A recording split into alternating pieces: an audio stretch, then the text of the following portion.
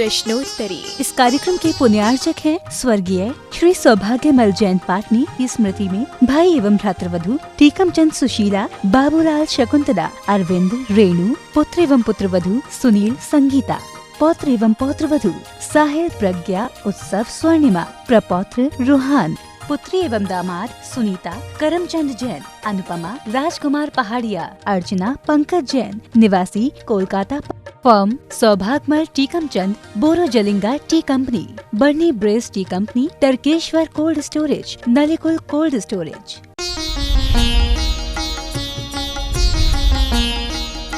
सुधा प्रश्नोत्तरी। नमोस्तु गुरुदेव। प्राचीन काल से आचार्य श्री तो अनेकों हुए, लेकिन कुंद कुंद स्वामी के प्रति बहुमान्य अलग ही झलकता है। इनकी महिमा को विस्तार से समझाइए। उसके दो कारण। पहला कारण है कि कुंद कुंद ने हमारे ऊपर एक ऐसा उपकार किया, एक ऐसा हमें मार्ग दिया, जो मार्ग हम लोगों को भटकने से बचाया। कुंद कुंद आमना ने, उन्होंने जो भी हमारी परंपराएं चली आ रही थी उसको ऐसा मूल रूप दे दिया, एक ऐसा सिद्धांत बना दिया कि लोगों ने उसे आमना रूप स्वीकार कर लिया। उनसे बड़े भद्रबाहु स्वामी थे, उनकी आमना नहीं चल पाई। क्यों? उनका ज्ञान था, बहुत ज्ञान था, लेकिन एक लाइन नहीं दे पाए, गाइड नहीं कर पाए वो। और कुंद कुंद स्वामी ने एक लाइन दी, और एक ऐसी लाइन दी जिसको लोगों ने आमना रूप में स्वीकार किया, जिसका नाम ही कुंद कुंद आमना रख दिया। दूसरी बात, पूज्यवर कुंद कुंद स्वामी ने ऐसी उस अध्यात्म ग्रंथ, यदि कुंद कुंद स्वामी अध्यात्म ग्रंथ नहीं देते तो जैन दर्शन में जितना साहित्य है एक व्यवहारिक चारित्र क्रिया बन के रह जाता। आत्मा की जो सूक्ष्म व्याख्या उन्होंने की, जो समयसार अध्यात्म ग्रंथ दुनिया को दिए, जो वास्तविक आस्तिक गुण की पुष्टि करते हैं, और जो आस्तिकता हैं वो आस्तिकताएं तो सभी में देखी जाती हैं, लेकिन वो जो आस्तिक गुण की पुष्टि करने वाला अध्यात्म है वो कुंद कुंद भगवान ने है।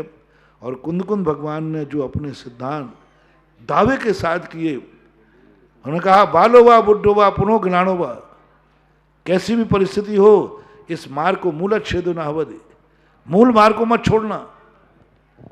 तो जो उन्होंने रकील खींची है वो रकील इतनी मजबूत थी कि आज तक अच्छे लोग उस रकील से बाहर चलने का साहस नहीं करते। आज कुंद कुंद का नाम आते ही हर व्यक्ति मौन हो जाता है। अच्छे लोग, खोटे लोगों की बात नहीं कर रहा हूँ। कुंद कुंद के नाम आते ही प्रश्न उठाना भूल जाते हैं। कुंद कुंद ने ऐसा कहा, उसके बाद चुप्पी बन जाती है, अब इस आगे प्रश्न मत करो, क्योंकि कुंद कुंद जो कहते हैं वो ऐसा। तो इस प्रकार उनकी महानताएं हैं। ये सब नमोस्तु गुरुदेव। तत्वार्थ सूत्र के 7 तत्वों के वर्णन में से अजीव तत्व का क्या अर्थ है? अजीव तत्व का अर्थ होता है धर्म, अधर्म, आकाश और काल।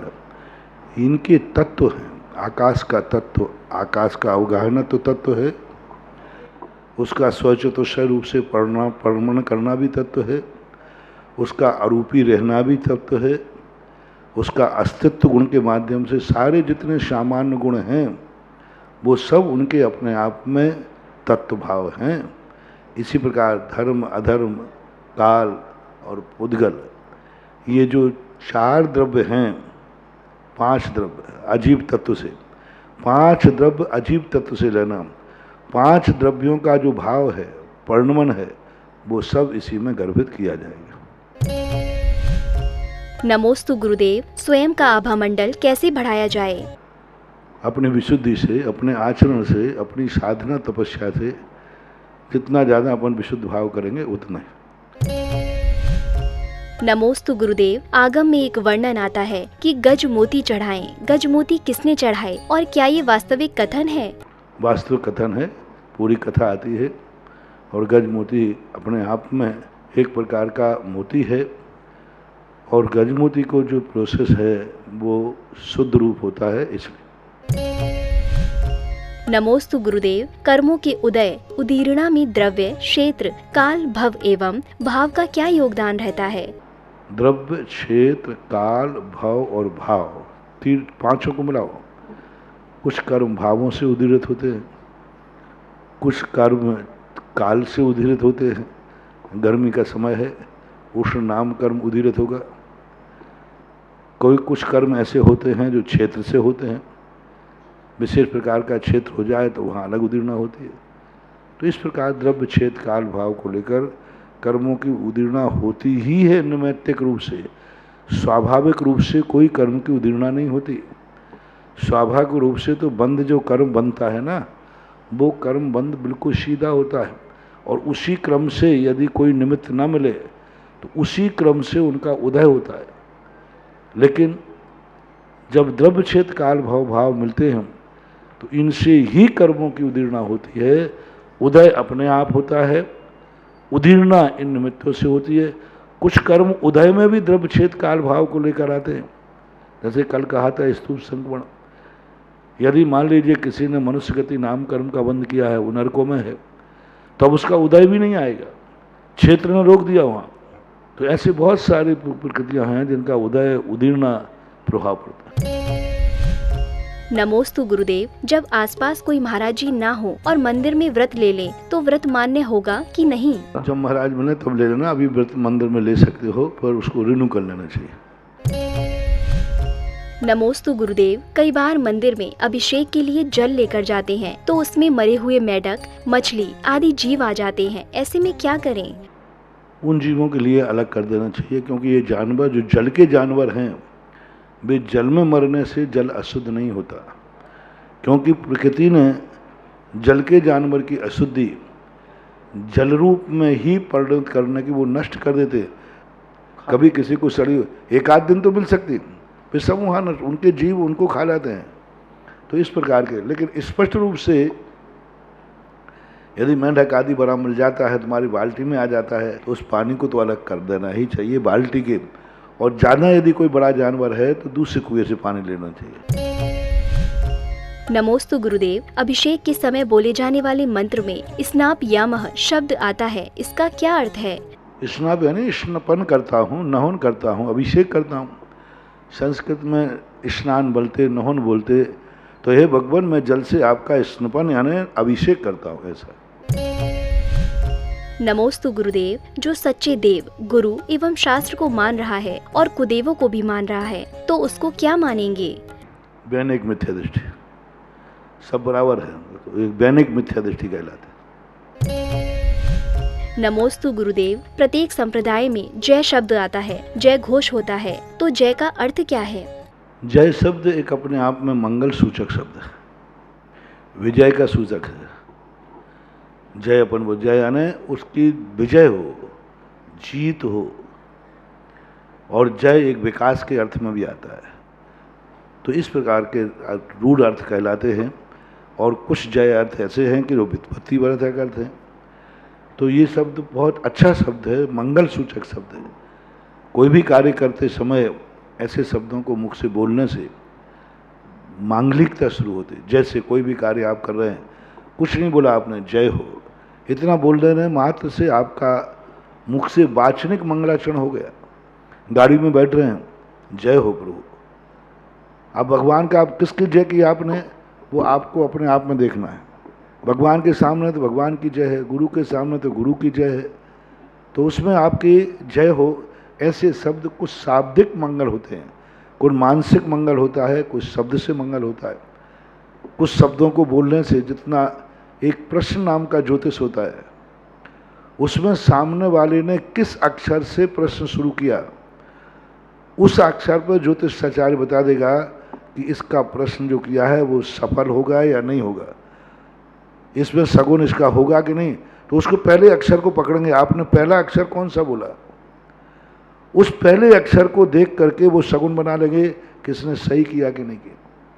इसलिए जो किसी की भविष्य के संबंध में जानना है तो उसको गौर से सामने वाला व्यक्ति शब्द सुनता है, इसने पहला अक्षर कौन सा बोला, उस पहले अक्षर पे बोलते समय वो निर्णय कर लेगा कि ये जो पूछना चाहता है इसमें सफल होगा कि नहीं होगा।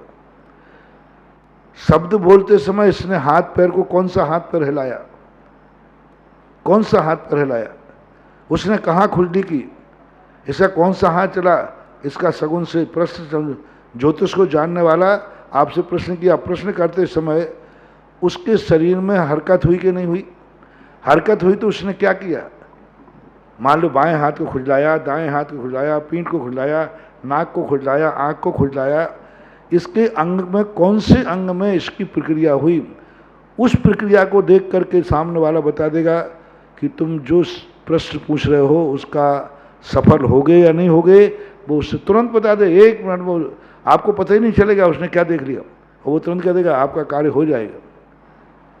तो कोई तुम सर्वज्ञ हो जो हो जाएगा? फिर आप उनसे प्रश्न पूछा, आपने कैसे जान लिया कि ये हो जाएगा?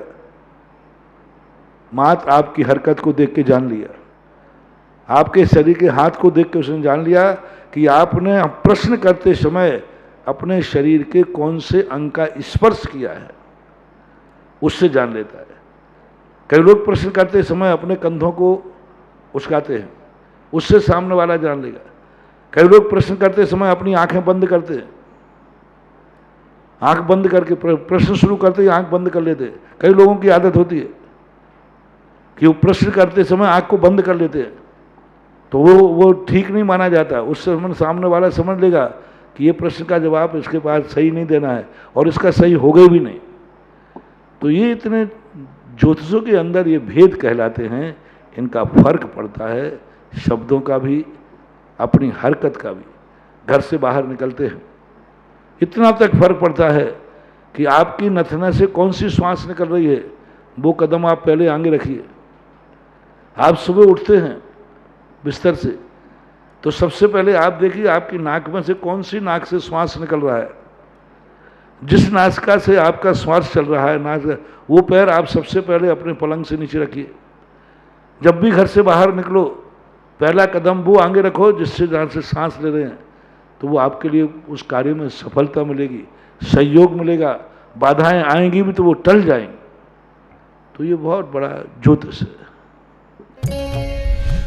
नमोस्तु गुरुदेव। नंदीश्वर द्वीप के जिनालयों में हजारों प्रतिमाएं हैं, तो क्या देव इन हजारों प्रतिमाओं का अभिषेक पूजन प्रतिदिन करते हैं? तो नित्य में हजारों तो नहीं है, 108 के संबंध में चर्चा आती है। 108 में तो 1300 मान लेना कुछ, तो उनका प्रतिदिन अभिषेक होता है प्रतिदिन। मैं कह रहा हूँ ना, उन स्वर्गों जितने अकृत्रिम चैत्यालय हैं ये 24 घंटे में कभी बंद नहीं होते। वहाँ बंद करने वाला माली नहीं है, वहाँ अलीगढ़ के ताले नहीं हैं, दरवाजे हैं, कपाट हैं, शो के लिए हैं, कभी बंद नहीं होते, क्योंकि 24 घंटे देवों का मेला लगा रहता है। जैसे आपके तीर्थ क्षेत्रों पे होता है ना, हजारों देव 24 घंटे जाना आना बना दे। एक भी अकृत्रिम चैत्यालय 1 मिनट को भी खाली नहीं होता, 1 मिनट को, 1 सेकंड को। चाहे वो मेरू के चैत्यालय हों, चाहे वो 13वें द्वीप के चैत्यालय हों, चाहे नंदीश्वर द्वीप के चैत्यालय हों, 1 मिनट कह रहा हूं मैं, 1 मिनट को चैत्यालय खाली नहीं मिलेगा जिस समय उस मंदिर में कोई भी नहीं, 24 घंटे में, क्योंकि वहाँ दिन रात होते नहीं, 24 घंटे वहाँ पर सब कुछ बना दे। जहाँ थोड़े बहुत जब विजयात पर्वत आदि में स्थान पड़ते हैं तो वहाँ मंदिर में अपने आप रत्नों के उजिले रहते हैं। यानी नित्य नियम अभिषेक होता है, पूजन होता है, 24 घंटे दर्शन चलता रहता है। नमोस्तु गुरुदेव। अनेकों जाप एवं मंत्र हैं, क्या इनमें से किसी एक जाप या मंत्र को मूल मंत्र मानकर जीवन में आस्था और श्रद्धा के साथ जाप करें तो कैसा रहेगा? एक साधन सब सदन, सब साधन सब जाएं। यदि आपने अपना एक इष्ट मंत्र बना लिया है तो आप उस मंत्र की जाप निरंतर कीजिए, जरूर वो आपको अधिक प्रभावकारी होगा। नमोस्तु गुरुदेव। सुपार्श्वनाथ भगवान के ऊपर जो फल पाया जाता है उसका क्या रहस्य एवं महत्व है? सुपार्श्वनाथ का बताया ना एक बार कि देव ने सर्प का रूप धारण करके सुपार्श्वनाथ पर उपसर्ग किया था। पारसनाथ का तो निवारण के लिए है, धर्मनंद ने निवारण किया, उनके ऊपर उन्होंने उपसर्ग किया, तो उपसर्ग के रूप में उनको सर्प के रूप में प्रदर्शित किया जाता है। नमोस्तु गुरुदेव। अभी विषयों में आसक्ति तो खत्म नहीं हुई, लेकिन मन में विचार आता है कि कब विषयों को छोड़ूं और कब मुनि बनूं, क्या प्रतिफल मिलेगा? मिलेगा। कई बार व्यक्ति को लगता है कि मैं ऊब गया हूँ, वो परिवर्तन चाहता है। एक व्यक्ति ने कहा मुझे रोटी अच्छी नहीं लग रही है, इसका अर्थ है कि वो पूरी चाहता है। एक व्यक्ति ने कहा कि भाई मैं 3 दिन हो गए पूरी खाते खाते, अब मुझे पूरी नहीं चाहिए, तो ये मत समझना कि उसको विरक्ति हो गई है। विरक्ति नहीं हो गई है, कुछ नया चाहता है। ये विरक्ति नहीं कहलाती। पूरी खाते खाते आप थक गए तो किसी ने कहा आइए पूरी खाए, नहीं नहीं भाई साहब मुझे पूरी नहीं खाना, तो इसको विरक्ति मत मानना, ये ऊब गए आप। ऊबना कहलाता है, यानी आपसे रोटी, हाँ रोटी खा लूँगा मैं, तो ये विरक्ति नहीं है, ये परिवर्तन है। क्योंकि संसारी प्राणी कुछ नए में मजा लेता है, कुछ नया चाहिए। तो ये नया जो परिवर्तन की बातें हैं, इनको विरक्ति में मत लेना, ये विरक्ति की कोटि में नहीं आती। घर में बैठे बैठे व्यक्ति ऊब जाता है, चलो बाजार घूमने जाते हैं, तो ये घर से विरक्ति नहीं हो गई है। विरक्ति नहीं हो गई। पूरे साल भर विद्यार्थी पढ़ते पढ़ते छुट्टियां मनाने जाता है घूमने, तो वो घर से विरक्त होके नहीं जाता है, वो घर से ऊब के जाता है। तो जो तुम्हारे में परिवर्तन का बात आती है, ये विरक्ति नहीं है, ये आपकी उबासी है। विरक्ति का अर्थ है उसको खाने से विरक्ति हो जाएगी, वो कहते नहीं मैं खाऊंगा नहीं, मैं उपवास करूंगा। जो आप खाना चाहें वो खा लीजिए, कह दिया ना मुझे खाना ही नहीं है। विरक्ति में व्यक्ति परिवर्तन नहीं करेगा, विरक्ति में उसका त्याग करेगा। नमोस्तु गुरुदेव। साधक पदस्थ, पिंडस्थ एवं रूपस्थ रूप में अरिहंत परमेष्ठी का ध्यान किस प्रकार करते हैं? पिंडस्थ, पदस्थ, रूपस्थ और रूपातीत 4 ध्यान होते हैं। अरहंत भगवान का ध्यान रूपातीत तो होता नहीं। पिंड रूप में जब ध्यान करते हैं उनका, तो उनके लिए हम उनकी जो बाह्य भूमिका होती है, जो उनका बाह्य स्वरूप होता है, उसको हम ध्यान में लाते हैं, जो बाहर से हमें उनको दिखता है। और पदस्थ रूप में जब हम करते हैं तो हम उनको किसी पथ पर स्थापित करते हैं, ओम पर, ह्रीम पर, नमो रिहंताणम पर, XYZ कहीं भी कोई एक पद हम उनको देते हैं।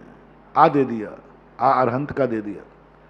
वो एक साधक के ऊपर है कि वो भगवान को किस आलंबन से लेना चाह रहा है, कौन सा बीजाक्षर है जो अरहंत भगवान से आसन के लायक होता है, तो वो बीजाक्षर का चयन करता है। उसमें कई बीजाक्षर आते हैं, जैसे अभी वर्तमान में तुम्हें 2-3 बीजाक्षर बताए। ओम शब्द से, ओम एक मल्टीपर्पस बीजाक्षर है जो 5 परमेष्ठी का ध्यान करा सकता है। ओम के माध्यम से हम अरहंत का ध्यान कर रहे हैं। आज सामने आता है हिराम। हिराम बीजाक्षर जो है यह अरहंत का वाचक होता है, आ अरिहंत का वाचक होता है। तो ऐसे कुछ बीजाक्षर वो चयन कर लेता है अपने हिसाब से। अरहंत जिस वैभव वाले हैं, अरहंत जिस चतुष्टय वाले हैं, अरहंत जो सर्वज्ञ हैं, ये सारे गुण जो अरहंत में हैं, उन गुणों का सपोर्ट करने वाले जो बीजाक्षर हैं उन पर स्थापित कर लेता है। और उनके स्थापित करने के बाद उनका ध्यान करता है, पदस्थ कहलाता है। रूपस्थ ध्यान कहलाता है उनके स्वरूप का चिंतन करना।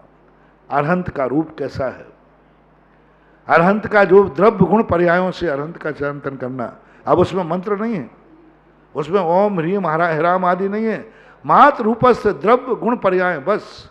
अरहंत का द्रव्य कैसा है, द्रव्य के भी 2 रूप, बाहर का शरीर रूप कैसा है, किस मुद्रा में है, किस पद्मासन से बैठे हैं, कैसी दृष्टि है, वो सारा। समूषण में बैठे हैं, सिंहासन के ऊपर बैठे हैं, अष्ट प्रातिहारों से युक्त हैं, समूषण लगा हुआ है, 12 सवय लगे हुए, ये सब उनका रूपस्थ ध्यान है। उनका स्वरूप बाहर का।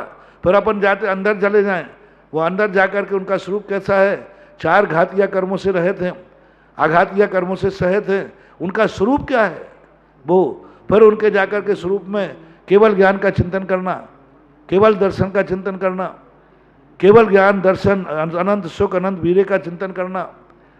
तो उनका जो स्वरूप है अरहंत भगवान का, उनके गुण कैसे हैं, उनकी पर्याय कैसी है, उनका गुण स्थान में विशुद्धि स्थान कैसा है, समुद्घात के समय उनका स्वरूप क्या है, जब वो योगों का निरोध कर रहा है उस समय स्वरूप क्या है, जब तृतीय शुक्ल ध्यान दे रहा है उनका स्वरूप क्या है। तो ये सब पदस्थ ध्यान में, रूपस्थ ध्यान में आता है। रूपस्थ यानी अरहंत का स्वरूप। इस प्रकार से तीनों का ध्यानों का हम अरहंत भगवान का ध्यान बहुत विस्तार से एक एक ध्यान करने में महीनों 6-6 महीने लग जाएं एक एक ध्यान में बैठाने करके उनको बैठाने के लिए, एक एक ध्यान का स्वरूप का चिंतन करने के लिए बहुत विस्तार से किया। इस प्रकार से एक संक्षेप में तुम्हारे लिए बताया।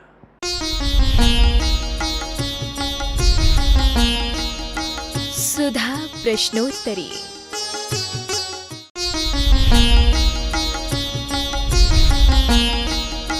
सुधा प्रश्नोत्तरी। इस कार्यक्रम के पुण्यार्जक थे स्वर्गीय श्री सौभाग्यमल जैन पाटनी की स्मृति में भाई एवं भ्रातृवधु टीकमचंद सुशीला, बाबूलाल शकुंतला, अरविंद, रेणु, पुत्र एवं पुत्रवधु सुनील, संगीता, पौत्र एवं पौत्रवधु साहिल, प्रज्ञा, उत्सव, स्वर्णिमा, प्रपौत्र रुहान, पुत्री एवं दामाद सुनीता, करमचंद जैन, अनुपमा, राजकुमार पहाड़िया, अर्चना, पंकज जैन, निवासी Kolkata, firm Saubhagyamal Tikamchand, Borojalinga tea company, Burnie Braes tea company, Tarakeshwar cold storage, Nalikul cold storage.